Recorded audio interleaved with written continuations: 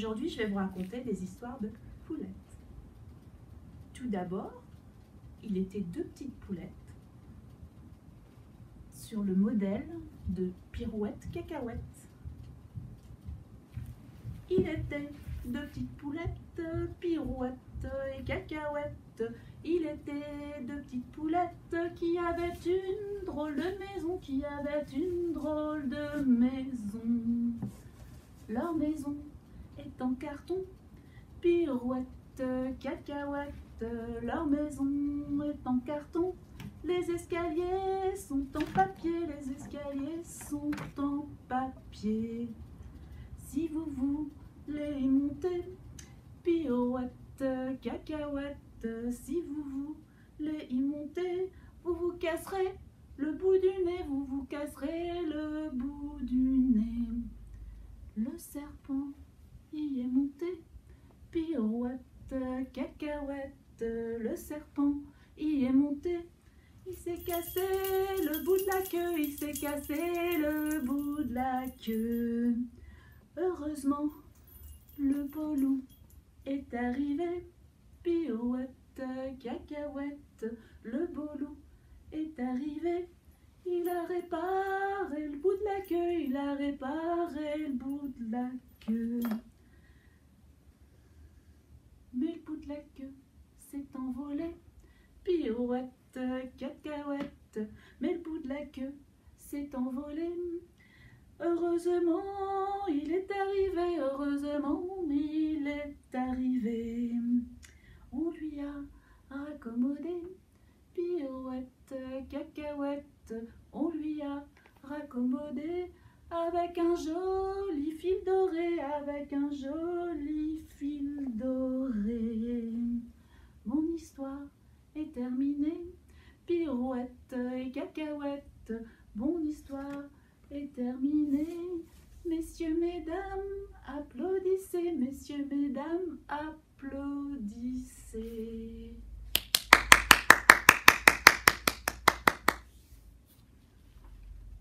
La popote des cocottes.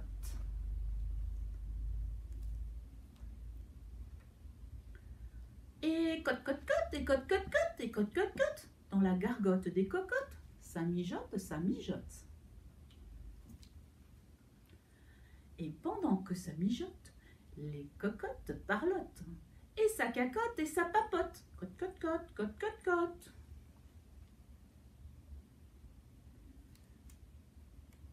Dans la cocotte, on cuit des carottes.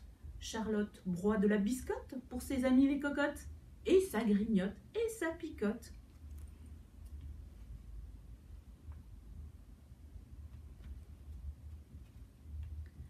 Mais Jacotte a renforcé toute la flotte de la bouillotte.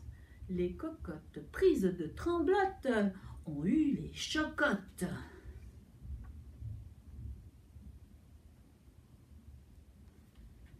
Et on barbote, on clapote et on s'emberlificote. Cote, cote, cote, cote, cote.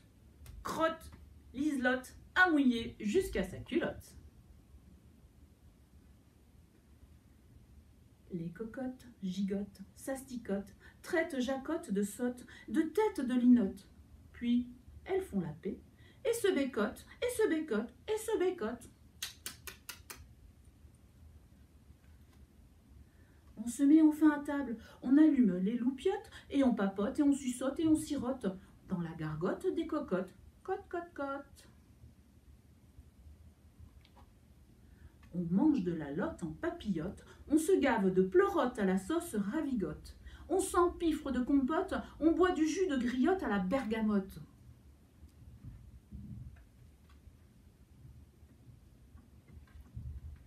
Et puis, pour finir, dans l'estomac, ça tournicote, ça crachote et ça tremblote. Et alors, dans la gargote des cocottes, on rote, on rote, on rote.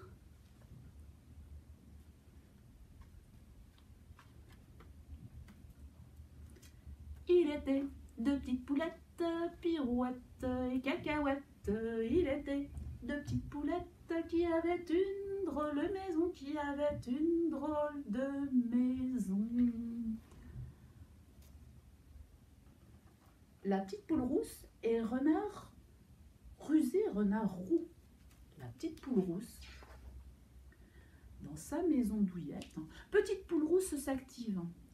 Elle sait faire ce qu'il faut, tout comme il faut pour avoir du temps. Du temps pour quoi? Du temps pour ce qu'elle aime vraiment. Tous les jours, que ce soit pour elle ou pour ses amis, ou pour ceux qui en ont simplement besoin, petite poule rousse sort de la poche de son tablier sa paire de ciseaux pointus, ses aiguilles effilées et ses bobines de fil colorées. Et les culottes à trous, elle les recoue, les habits à la mode, elle les raccommode, et les chemises grises, elle les reprise. Petite poule rousse est heureuse, elle trouve qu'elle a beaucoup de chance.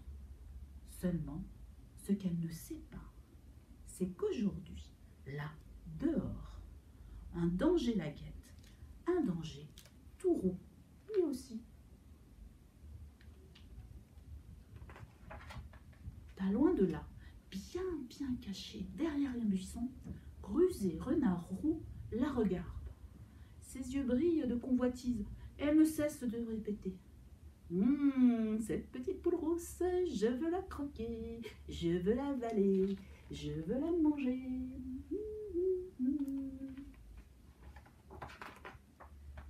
Quand petite poule rousse sort pour aller arroser son jardin, Renard surgit de sa cachette et fonce vers elle. Voum! Vite! Oh oui, il va vite, mais pas assez vite. Ouf! Petite poule rousse le voit, rentre et cric-crac, ferme sa porte à clé. Ouf! Je suis sauvée. J'espère qu'il ne va pas recommencer, se dit-elle. Ah, ne pas recommencer? Bien sûr que si. Rusé Renard Roux se rapproche de la maison de petite poule rousse. Caché derrière un arbre, il l'épie sans répit. Il en salive d'envie.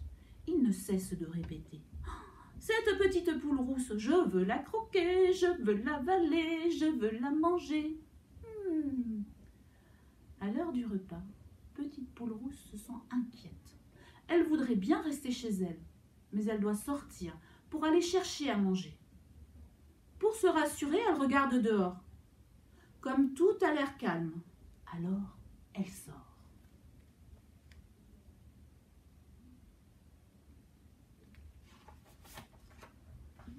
Renard la voit. Il se prépare. Et lorsqu'elle passe à côté de lui, il bondit. Quand il est en l'air, pas de chance. Petite poule rousse se penche et plouf! Renard lui passe au-dessus. En vol plané et roule boule, il finit dans la mare au canard, trempé de la tête au panard. Petite poule rousse se dépêche de rentrer chez elle et cric-crac, elle ferme sa porte à clé. J'espère qu'il ne va pas revenir.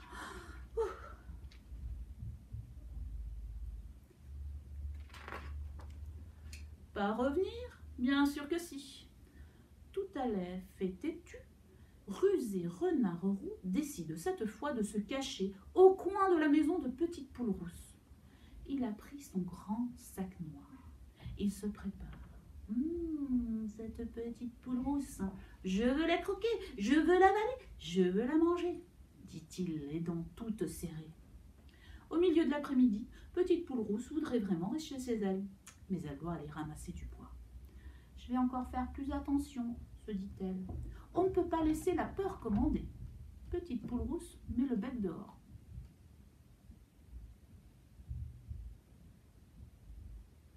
Elle regarde devant, personne. Elle regarde à gauche, personne. Elle regarde à droite, personne. Ouf, elle va pouvoir sortir. Ah, Renard est là. Oh, pas moyen de fermer la porte. Renard la bloque avec sa patte. Il va rentrer. Je dois me sauver, crie petite poule rousse. Et d'un coup d'aile, elle s'envole et se perche en haut de la grande armoire.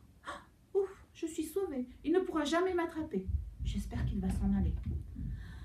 S'en aller? Jamais. Renard sait ce qu'il doit faire pour attraper la petite poule rousse. Il commence à tourner en rond et à tourner de plus en plus vite et si vite que le bout de son museau touche presque le bout de sa queue. Il tourne comme une toupie. Et tout en haut, la petite poule rousse le regarde. Impossible de faire autrement. Elle est hypnotisée. Dans sa tête, ça tourne tellement et tant qu'elle tombe de son perchoir directement dans le sac de Renard.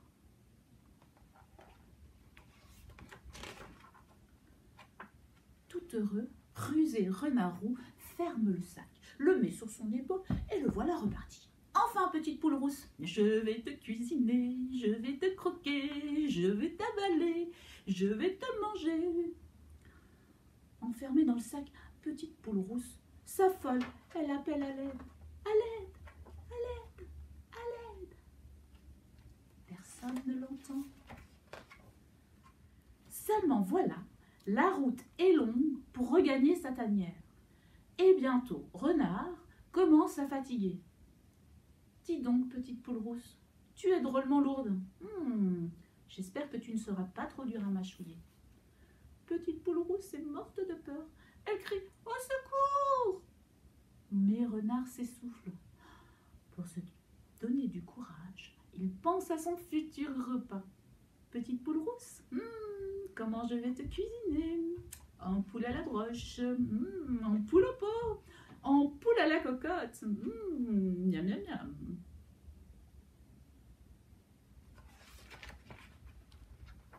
Langue pendante, et écrasé par le sac, Renard n'en peut plus. Quand il voit l'arbre et son ombre, il pose le sac et s'allonge à côté de lui. Oh, petite poule rousse, je ne suis plus si pressée. Maintenant je sais. Quand je serai rentrée, c'est dans un bon bouillon que je vais te plonger. Ta viande sera plus tendre. Et en souriant, rusé, Renard Roux s'endort. Pendant ce temps, dans le sac, petite poule rousse est calme à présent. Elle n'a plus peur. Elle est même très en colère. Je ne vais pas me laisser manger sans rien faire. Renard, tu vas voir ce que tu vas voir.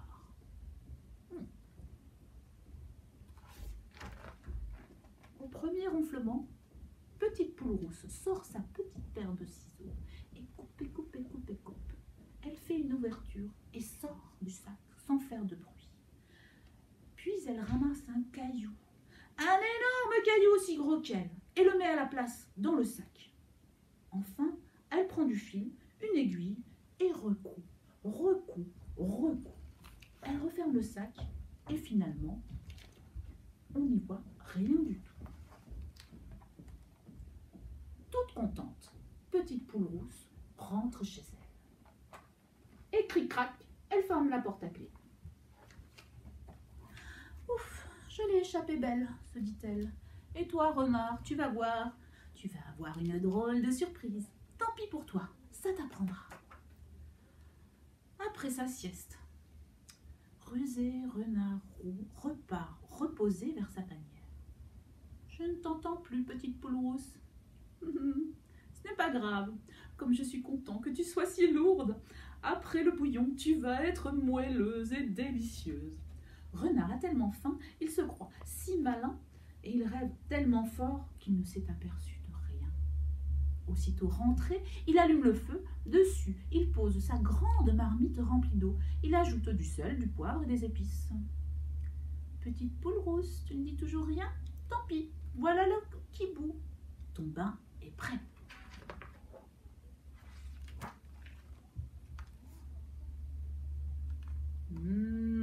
Ça sent si bon. Renard prend alors le sac. Il le soulève bien haut. Il le tourne. Et plouf! Le gros caillou tombe dans la marmite et éclabousse tout. Surtout Renard qui s'enfuit en hurlant comme un loup. Il crie tellement fort que petite poule rousse l'entend jusque chez elle. Renard Roux roussi, bouilli, presque cuit. Tu aurais mieux fait de me laisser tranquille. Maintenant, tu as compris.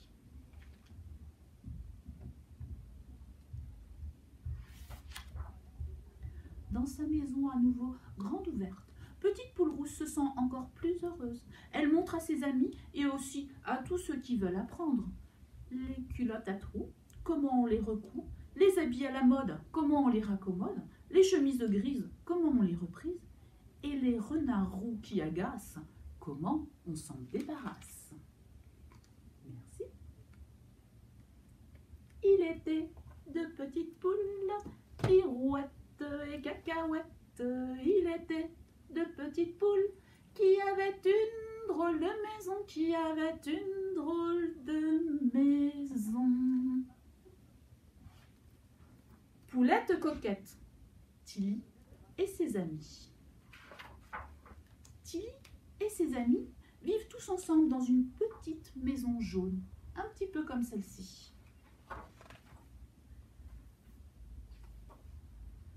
Oh, que je suis jolie, dit Coquette. Si jolie. Coquette met du rouge à lèvres. Le rouge, son préféré.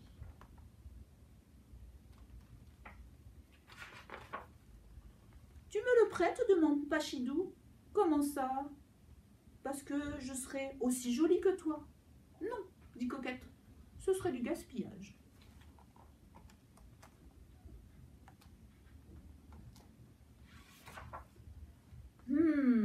C'est tout ce que dit Pachidou. Mais tandis que Coquette se trémousse joyeusement, Pachidou étire sa très longue trompe et attrape son sac à main. Regardez tout le monde, dit Pachidou, venez voir. Maintenant, nous pouvons être aussi jolies que Coquette. Et tout le monde vient voir.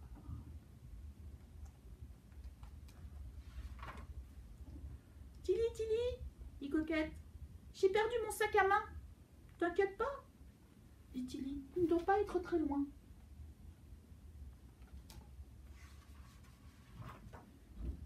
Bonjour Hector, dit Tilly. Coquette a perdu son sac à main. L'as-tu vu? Non, répond Hector.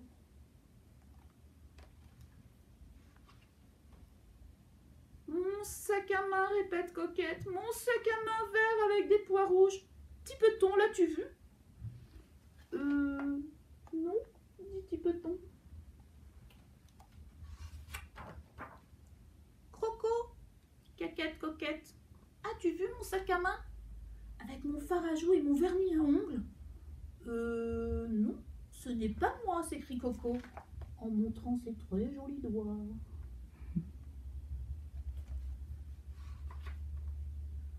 Croco pointe son index vers Pachidou. Pachidou se trémousse joyeusement à sa façon. Il est extrêmement drôle. Tout le monde éclate de rire. Tout le monde sauf Coquette. Mais c'est mon sac à main qui est sur la tête de Pachidou, dit Coquette. Ben oui. Tout le monde s'arrête de rire. Je suis désolée, dit Pachidou. D'un rapide mouvement de trompe, Pachidou rend le sac à Coquette.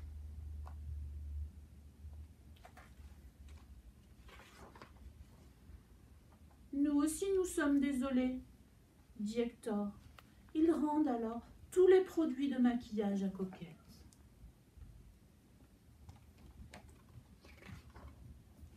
Puis, Coquette fait quelque chose de très surprenant. Elle donne à Pachidou son rouge à lèvres préféré. Pachidou fait aussi quelque chose de très surprenant. Il le prête à tout le monde et les amis se trémoussent joyeusement, exactement comme Coquette.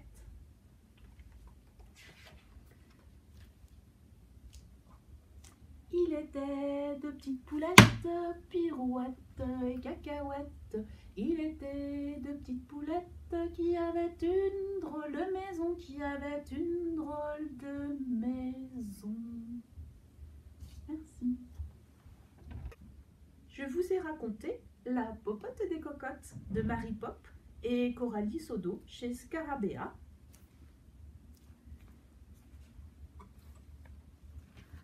La petite poule rousse et renard et rusé renard roux de Pierre Dailly et Cécile Udrissier chez Didier Jeunesse.